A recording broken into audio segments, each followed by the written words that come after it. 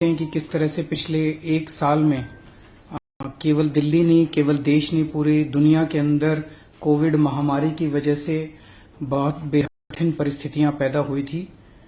पिछले एक साल में जहां हमारी इनकम, सरकार की इनकम आने के सोर्सेज बहुत ज्यादा कम हो गए थे, हमारा एक्सपेंडिचर बहुत ज्यादा बढ़ गया था, क्योंकि इतनी कठिन परिस्थितियों में लोगों के लिए ढेर सारे हमने खाने के किचन्स लगाई, राशन बहुत सा 1 करोड़ लोगों को हमने राशन दिया, 10 लाख लोगों के लिए रोज खाना बनवाते थे, बुजुर्गों के लिए, टैक्सी वालों के ड्राइवर्स के लिए, ऑटो ड्राइवर्स के लिए 5-5 हजार रुपए महीने के हिसाब से उनकी इनकम के लिए हमने अरेंज किया। तो एक तरह से एक्सपेंडिचर के सोर्सेज बहुत ज्यादा बढ़ गए थे, इनकम के सोर्सेज कम हो गए थे, लेकिन और ऐसा सोचा जा रहा था कि साल के अंत तक आते आते पता नहीं अगले साल के बजट में हम लोग पिछले साल के मुकाबले बढ़ा पाएंगे कि कम होगा बजट।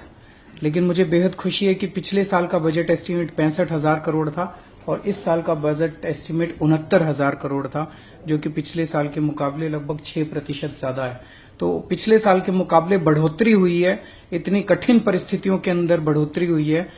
ये मैं इसके लिए दिल्ली के लोगों का खासकर धन्यवाद देना चाहता हूं, जिन्होंने अपनी सरकार के ऊपर भरोसा किया और इतनी कठिन परिस्थितियों के अंदर भी उन्होंने पूरा अपना टैक्स दिया, अपनी जिम्मेदारी पूरी की, जिससे कि सरकार चल रही है और अच्छे से चल रही है। इतनी कठिन परिस्थितियों के बावजूद जितनी भी सरकार की सब्सिडीज थी, जितना सरकार लोगों को अलग अलग सेक्टर्स में मदद करती थी, वो जारी रही। बिजली की सब्सिडी जारी रही, लोगों को फ्री बिजली मिलती रही, पानी की सब्सिडी जारी रही, लोगों को फ्री पानी मिलता रहा, स्कूलों के अंदर बच्चों की अच्छी शिक्षा देने का काम, फ्री शिक्षा देने का काम जारी रहा, अस्पतालों के अंदर फ्री दवाई, फ्री उनके स्वास्थ्य सेवाएं जारी रही। इन सब कठिन परिस्थितियों के बावजूद बसों के अंदर जो महिलाओं को फ्री सफर दिया जाता है वो भी जारी रहा। और मुझे खुशी है कि अगले साल भी आज जो बजट प्रस्तुत किया गया है उसके अंदर भी ये सब सुविधाएं, फ्री बिजली, फ्री पानी, free transport, free education, free health services, ये सब जारी रहेंगे। मुझे बेहद खुशी है कि जो हम पिछले 6-7 साल से जो ट्रेंड चला आ रहा है, इस बजट के अंदर भी लगभग चौथाई बजट जो है वो शिक्षा के ऊपर खर्च किया जा रहा है और 14% बजट जो है वो स्वास्थ्य सेवाओं के ऊपर खर्च किया जा रहा है, जो कि सरकार का शुरू से शिक्षा और स्वास्थ्य के ऊपर प्रायोरिटी रहा है। वो प्रायोरिटीज इस बजट के अंदर भी जारी है। जब से हमारी सरकार बनी है, दिल्ली का बजट सरप्लस में है, दिल्ली के बजट में घाटा नहीं हुआ आज तक। और सीएजी की रिपोर्ट भी ये कहती है कि दिल्ली देश का अकेला राज्य है जहां पे हम लॉस वाला बजट नहीं करते, हम सरप्लस वाला बजट करते हैं। जब से हमारी सरकार आई है तब से केवल सरप्लस वाला बजट आ रहा है। आज जो बजट पेश किया गया ये भी सरप्लस बजट है। आज के बजट की एक और खासियत ये है कि इसमें अक्सर हमने देखा है, जितने भी स्टेट्स के बजट देखते हैं, दूसरे राज्यों के बजट देखते हैं और हमारे से पहले जो सरकारें थी उसमें इस्टेब्लिशमेंट की कॉस्ट, तनख्वाह है, इंटरेस्ट लायबिलिटीज हैं, ये सारी जो इस्टेब्लिशमेंट की कॉस्ट्स हैं वो कई बार 70-70, 80-80% होती हैं। हाँ, आज जो बजट प्रस्तुत किया गया इसमें इस्टेब्लिशमेंट की कॉस्ट केवल 45% है। 55% बजट एक तरह से स्कीम्स के ऊपर, योजनाओं के ऊपर, जनता के विकास के ऊपर, सोशल सिक्योरिटी, इन चीजों के ऊपर खर्च किया जा रहा है, जो एक बहुत एफिशिएंट फाइनेंशियल मैनेजमेंट दिखाता है, जिसकी तरफ अब दिल्ली सरकार धीरे धीरे बढ़ रही है। आज देश, हम लोग अब 75 साल आजादी के पूरे कर रहे हैं और 75 साल के बाद ये वाला वर्ष जो है 75वां साल है आजादी का। जाहिर तौर पे देश के लिए एक बहुत खुशी की बात है और दिल्ली सरकार भी दिल्ली के लोगों के साथ मिलकर इसको बहुत भव्य तरीके के साथ पूरा साल इसको मनाएंगे हम अपने 75 साल को। लेकिन इसके साथ साथ आज 75 साल पूरे करने पे ये सोचने की जरूरत है कि लोगों के एस्पिरेशंस क्या हैं। क्या वो एस्पिरेशंस पूरी हुई आज 75 साल के बाद? और इन 75 साल के बाद अब जब 100 साल आजादी के पूरे होंगे 2047 में, तब भारत कैसा होना चाहिए, तब देश कैसा होना चाहिए, उस देश को की नींव रखने के लिए उस किस्म के 2047 के हमारा जो भारत का और दिल्ली का सपना है, उस सपने की नींव अभी से रखनी पड़ेगी। तब हम अपना 2047 का सपना पूरा कर पाएंगे। उस नींव को रखने का काम आज इस बजट ने किया। तो एक तरफ ये माननीय वित्त मंत्री जी ने जो विजन दिया कि आज दिल्ली का पर कैपिटा इनकम जब हम अपने देश के अंदर देखते हैं तो बहुत अच्छा है, लेकिन जब दुनिया के स्तर पे देखते हैं तो उतना अच्छा नहीं है। हमारा 2047 का सपना है कि दिल्ली का पर कैपिटा इनकम हमें सिंगापुर के पर कैपिटा इनकम के बराबर करना है 2047 तक। उसके लिए हमें दिल्ली के पर कैपिटा इनकम को 16 गुना बढ़ाना पड़ेगा। वो बढ़ाएंगे, उसके लिए जो भी करने की जरूरत है वो करेंगे। इस बजट के अंदर विजन दिया गया कि 2048 का ओलंपिक गेम दिल्ली के अंदर होना चाहिए। उसके लिए जो भी करने की जरूरत है उसके लिए दिल्ली बिड करेगा। 2048 के ओलंपिक गेम्स के लिए दिल्ली बिड करेगा। उसके लिए जो भी जरूरत है, जो भी इंफ्रास्ट्रक्चर क्रिएट करने की जरूरत है, जो भी दूसरी चीजें क्रिएट करने की जरूरत है, वो हम करेंगे। तो एक तरह से 2047 का विजन इस बजट के अंदर दिया गया है और हमारी 75 साल की आजादी के लिए को मनाने के लिए ढेर सारे कार्यक्रमों का इसके अंदर रूपरेखा तैयार की गई है। हमारे शहीदों को याद किया जाएगा और खासकर शहीद आजम भगत सिंह और बाबा साहब अम्बेडकर के जीवन और उनके संदेश, उनकी लेखनी, उसको जन जन तक पहुंचाने के लिए ढेरों कार्यक्रम किए जाएंगे, जिसके लिए स्पेशल बजट का प्रावधान किया गया है। दिल्ली में 500 जगह बड़े बड़े जो कनॉट प्लेस में हम तिरंगा देखते हैं उस किस्म के, उस साइज के बड़े बड़े तिरंगे लगाए जाएंगे। जब हम तिरंगे की तरफ देखते हैं तो हमारे अंदर एक देशभक्ति की भावना आती है। हम देशभक्ति की भावना से उत्प्रोत होते हैं। तो दिल्ली में जगह जगह तिरंगे लगाए जाएंगे, बड़े बड़े तिरंगे लगाए जाएंगे, ताकि जनता के अंदर देशभक्ति की भावना का संचार हो। इसी मौके के ऊपर शिक्षा को जन आंदोलन बनाया जाएगा। एक तरफ अभी जब हम शिक्षा की बात करते हैं तो स्कूलों की और कॉलेजों की बात करते हैं, लेकिन स्कूल और कॉलेज में तो शिक्षा का स्तर काफी ऊंचा हो रहा है, सरकार लगी हुई है। लेकिन ये एक ऐसी चीज है जो केवल सरकार के करने से नहीं होगा। इसके लिए यूथ फॉर एजुकेशन कार्यक्रम शुरू किया जाएगा, जिसमें दिल्ली के युवाओं को, दिल्ली के इसमें तो देश के युवाओं को जोड़ा जा रहा है, देश भर के युवाओं को जोड़ा जा रहा है कि जो बच्चे जिनके पास साधन नहीं है, संसाधन नहीं है, 10वीं का बच्चा है, 12वीं का बच्चा है, वो जानना चाहता है कि मैं करियर में क्या क्या कर सकता हूं, उस बच्चे को गाइड करने के लिए हम उन युवाओं को जो अभी पास आउट होके कॉलेज में अपनी नौकरियां कर रहे हैं, उनको हम एनरोल करेंगे ताकि वो उनको फोन के ऊपर गाइडेंस दे सकें। तो एक यूथ फॉर एजुकेशन कार्यक्रम के जरिए शिक्षा को एक जन आंदोलन बनाया जाएगा। दूसरा, इसी मौके पर 75 साल के आजादी के मौके पे योगा को भी एक तरह से हम जन आंदोलन बनाएंगे, योग और ध्यान को। तो इसमें पूरी दिल्ली के अंदर जगह जगह जहां भी 25 लोग 50 लोग मिलकर सरकार को कहते हैं कि हम अपने योगा करना चाहते हैं, हम उनके लिए योगा की फ्री में व्यवस्था सरकार करेगी। उनकी कॉलोनी के अंदर, उनके पार्क के अंदर जहां 25-50 लोग मिलकर कहेंगे कि हम योगा करना चाहते हैं, हम उनके लिए योगा का इंतजाम। तो योग को भी एक इवेंट के रूप में नहीं, लेकिन इसको एक जिंदगी का हिस्सा, जनता की जिंदगी का हिस्सा बने, वो किया जाएगा। इसके साथ साथ जो अभी मुझे बेहद खुशी है कि अब वैक्सीन आ गया और वैक्सीन के जरिए हम कोरोना को मात दे रहे हैं। तो जितने सरकारी अस्पताल हैं, जो प्राइवेट हॉस्पिटल हैं, वहां पे आप पे करके अपनी वैक्सीन लगवाते हैं, लेकिन सरकारी अस्पतालों के अंदर दिल्ली में जो भी फ्री में वैक्सीन लगवाना चाहता है वो किसी भी सरकारी हॉस्पिटल में जाके फ्री में वैक्सीन लगा सकता है। दिल्ली की जनता को फ्री में वैक्सीन लगाने का दिल्ली सरकार का संकल्प है। पहली बार देश के अंदर महिलाओं के लिए स्पेशल क्लिनिक्स बनाए जाएंगे। जो हमने मोहल्ला क्लिनिक बनाए अभी तक 496 मोहल्ला क्लिनिक बन के तैयार हो गए। अब महिलाओं के लिए स्पेशल मोहल्ला क्लिनिक बनाए जाएंगे ताकि महिलाएं अपने इलाके के अंदर, अपने मोहल्ले के अंदर, बगल में जाके अपने इलाज करवा सकें।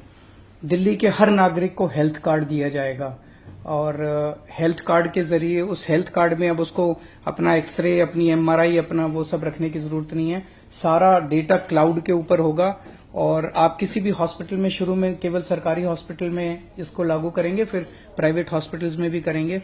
तो आप केवल अपना हेल्थ कार्ड ले जाइए और आपके सारा डेटा उसके ऊपर अवेलेबल होगा। आपका सब कुछ पूरा एक बहुत ही elaborate health information management system बनाया जा रहा है। आपको डॉक्टर की अपॉइंटमेंट भी उसके जरिए मिल सकती है, आपको लाइनों में लगने की जरूरत नहीं है। सब कुछ जो है वो हेल्थ मैनेजमेंट सिस्टम के ऊपर होगा।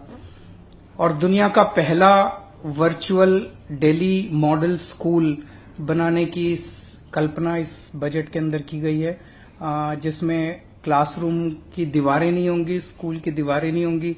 आप कहीं से कभी भी किसी भी वक्त पढ़ सकते हैं। ये अपने आप का पहला स्कूल होगा जो कि दिल्ली में शुरू किया जाएगा।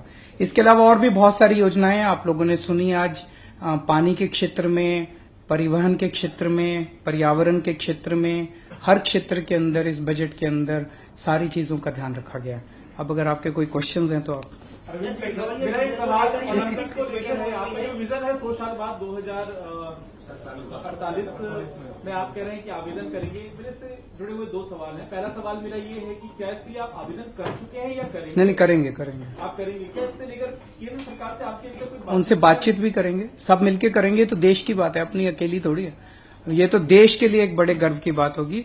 तो जाहिर तौर पे केंद्र सरकार, दिल्ली सरकार मिलकर ही करेंगे। सर, क्या ऐसा कोई प्रोविजन हो सकता है सर, जो पेट्रोल डीजल का इस वक्त सबसे ज्यादा दामों में आग लगी हुई है, कुछ हद तक स्टेट के तो वैसे ही हो सकता है पॉसिबिलिटी, स्टेट के तो वैसे ही टैक्सेस बहुत कम होते हैं, हमारे तो वैसे ही साधन बहुत कम होते हैं। केंद्र सरकार के पास फिर भी साधन ज्यादा होते हैं। तो अगर केंद्र सरकार इसमें कुछ पहल करे तो लोगों को फायदा हो सकता है। जी बिल्कुल लेना चाहिए, जरूर लेना चाहिए। हम तो शुरू से कह रहे हैं कि इसको जरूर जीएसटी के अंदर लेना चाहिए। सर, वैक्सीनेशन की जो बात थी कि सरकारी अस्पतालों में फ्री होगा, तो प्राइवेट अस्पतालों को क्यों इससे दूर रखा गया? क्या कोई खास वजह है? नहीं, कोई खास नहीं है। कुछ लोग प्राइवेट में जाना चाहते हैं, वो जाएं, हम क्यों। अब आप कहोगे जैसे प्राइवेट स्कूल है, सरकारी स्कूल है, जो सरकारी स्कूल में पढ़ेगा वो फ्री है। जो प्राइवेट में अपना पैसा खर्च करके करना चाहते हैं वो करें। सरकारी अस्पताल हैं, प्राइवेट अस्पताल हैं।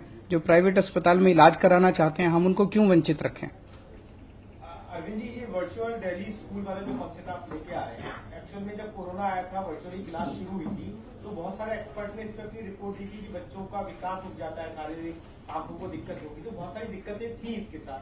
तो आपका ये कॉन्सेप्ट कैसे बच्चों के लिए बेहतर होगा? इसमें मैं मनीष जी, इसका पूरा डिजाइन बनाया जा रहा है और उसी से ये सीख मिलकर हुआ है। क्योंकि जो अभी तक कहते हैं कि इसका विकास रुक जाता है वो भी थ्योरेटिकल है, और ये जो कहते हैं कि साहब इसी से काम चल जाएगा ये भी अभी एक अजम्पशन है। लेकिन नीड महसूस हुई है। बहुत सारे लोग जो दिल्ली से यहाँ से चले गए अभी भी नहीं लौटे हैं, वो बिहार में, मध्य प्रदेश में, यहाँ तक कि महाराष्ट्र तक में हमारे बच्चे बैठ के अभी ऑनलाइन पढ़ाई ही कर रहे हैं। और हम उनके लिए अलग से स्कूल खुलने के बावजूद उनके लिए ऑनलाइन पढ़ाई ही करवा रहे हैं। तो वो वर्चुअल पॉसिबिलिटी है, उसको कैसे एक्सप्लोर करके करना है, उसमें काफी एजुकेशनिस्ट की हमने एक टीम बनाई है और वो इसको एक्सप्लोर कर रहे हैं कि किसी बच्चे का जो विकास स्कूल में आने से होता है वो लोकल एक्टिविटीज से कैसे रुके, वो दूर बैठे हुए कैसे कर ले, लेकिन साथ साथ वो वर्चुअली पढ़ाई कर सके, प्रैक्टिकल्स कर सके, एग्जाम दे सके। पूरा सिलेबस उसका उस तरह से डिजाइन होगा ताकि वो जहां भी रह रहा है वहां के हिसाब से वो काम कर सके। बजट आप लोगों दोनों से मेरा सवाल है कि बजट आप लोगों ने बनाया, मुख्यमंत्री ने तारीफ भी करी, बड़ी जल्दी सरप्लस हो गया, जिस तरीके से बजट बढ़ा है। अभी 6 महीने पहले तक बजट आप लोगों को टैक्सेस बढ़ाने पड़े थे पेट्रोल और डीजल पर, और तब जाके आमदनी बढ़ी थी। अब ऐसा क्या फार्मूला आप जो लेके आए हैं, दोनों वित्त मंत्री भी बता दें और आप भी बता दें कि जो बजट सरप्लस चला गया और 69 पहुंचा दिया आपने, 69,000। Efficient financial management. सर, आपने कहा पर कैपिटा इनकम जो है वो सिंगापुर के बराबर हो जाएगी, और उसके लिए आपने कहा कि Sorry? आपने कहा कि सिंगापुर का पर कैपिटा इनकम यानी कि कैपिटा इनकम के बराबर हो और 16% तक उसमें बढ़ोतरी होगी। फ्लोटिंग पॉपुलेशन और ये जो माइग्रेट्स का रहता है सबसे ज्यादा, आपको लगता है कि पर कैपिटा इनकम इसकी वजह से प्रभावित नहीं हो सकेगा, मनीष जी बता सकेंगे। नहीं, वो सारी चीजों को ध्यान में रखते पर कैपिटा इनकम जब ली जाती है तो एक एवरेज लिया जाता है। एवरेज में आते हैं जो अमीर लोग होते हैं वो भी आते हैं, जो गरीब लोग होते हैं वो भी आते हैं, माइग्रेंट पॉपुलेशन भी होती है। लेकिन एक एवरेज तौर पे आज जब हम दिल्ली की पर कैपिटा इनकम कहते हैं तो कितनी, लगभग 3 लाख के करीब है। 3 लाख 3.5 लाख आज बताया गया था कि मैं एग्जैक्ट, हाँ, लेकिन जब इसी को 16 गुना बढ़ाया जाएगा। और ये देखिए दिल्ली में फ्लोटिंग पॉपुलेशन है, वो सिंगापुर में भी है।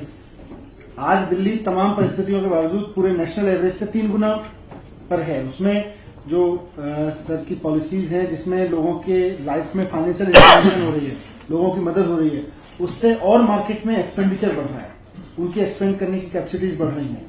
आज जिसका बिजली का बिल बच रहा है वो 3,000 रुपये बचा के उसके बाद उसको लोकल मार्केट में इन्वेस्ट करता ही है ना, उससे किसी दुकानदार की इनकम बढ़ रही है, तो वो कहीं ना कहीं लोकल फ्लोटिंग इकोनॉमी में बहुत कंट्रीब्यूट कर रही है। So what is the corresponding feature of your budget, of this budget? Like always the focus has been on health and education. It remains the same.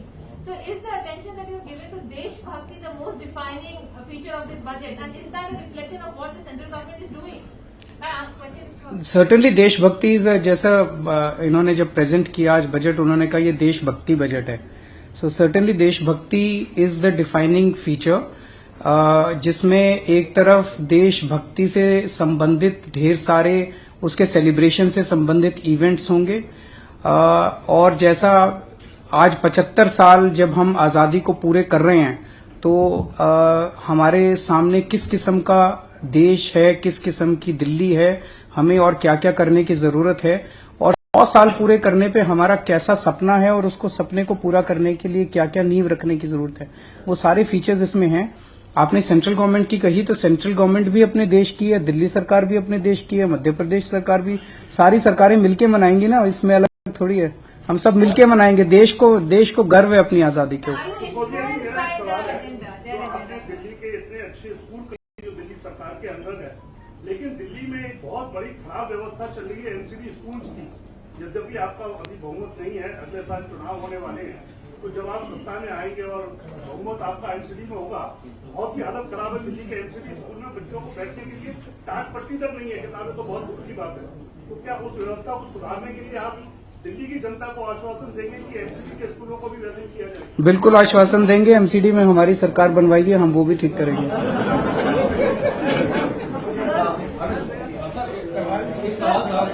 पिछले कुछ सालों में आपने बजट में spoken about new universities and new schools.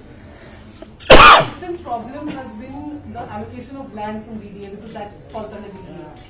अभी तक बहुत बारी ऐसा हो चुका है, आप लोगों ने प्रपोज किया है, बट लैंड आपको टाइम से एलोकेट नहीं हुआ है। Is there anything that you working on to get rid of this problem? नहीं, देखिए समस्याएं आती हैं, अलग अलग एजेंसीज, ये एक दिल्ली के लिए multiplicity of agencies has always been a problem, it's a legacy की प्रॉब्लम है। लेकिन उनके साथ बैठ के बातचीत करके हमें कई बार जमीनें मिली भी हैं। हमने अपने ट्रांसपोर्ट डिपार्टमेंट के लिए जमीनें ली हैं, उनके बस डिपोज के लिए जमीनें ली हैं, अभी हॉस्पिटल्स के लिए भी कुछ जमीन मिली हैं, तो स्कूलों के लिए भी जमीन मिलेगी। उन्होंने डीडीए ने एलोकेट किए हुए हैं कि ये एजुकेशन के लिए जमीन है, ये तो we will sit with them, we will work with them. Last question देशभक्ति वाली बात आप करते हैं, हमने देखा एक ट्रेंड चला पिछले 8-10 सालों में देशभक्ति की परिभाषा, और जब आप शब्द का इस्तेमाल करते हैं कट्टर देशभक्त, जो हमने अपनी पीसी में भी बोला और आज के डिप्टी सीएम साहब ने बोला, क्या उस परिभाषा को आपकी सरकार फिर से बदलने की कोशिश कर रही है, क्योंकि जो समय पिछले कुछ सालों में देखा, या एक अपना क्या करना चाहते हैं? देशभक्ति की परिभाषा एक आम आदमी के लिए क्या होनी चाहिए? देशभक्ति की परिभाषा होनी चाहिए कि उसकी डे टू डे जिंदगी, पहली चीज तो ये होनी चाहिए कि उसे अपने देश के ऊपर गर्व होना चाहिए। दूसरा, वो जो डे टू डे जिंदगी जीता है, उस डे टू डे जिंदगी के अंदर वो जो कंडक्ट करता है अपने आप को, मैं ट्रैफिक लाइट वायलेट करता हूं और मैं कहता हूं मैं देशभक्त हूं, ये तो नहीं हो सकता। मैं अपनी जिंदगी में रिश्वत लेता हूं लेकिन मैं कहता हूं कि मैं देशभक्त हूं, ये तो नहीं हो सकता। मैं जिंदगी रिश्वत देता हूं और कहता हूं कि देशभक्त हूं, ये तो नहीं हो सकता।